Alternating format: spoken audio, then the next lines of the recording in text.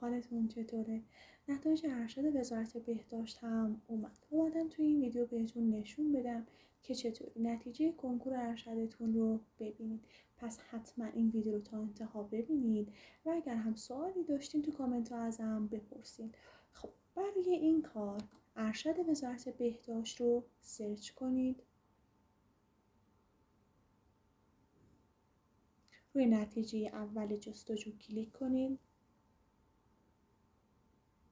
کارنامه علمی مخصوص حاضرین در جلسه رو انتخاب کنید.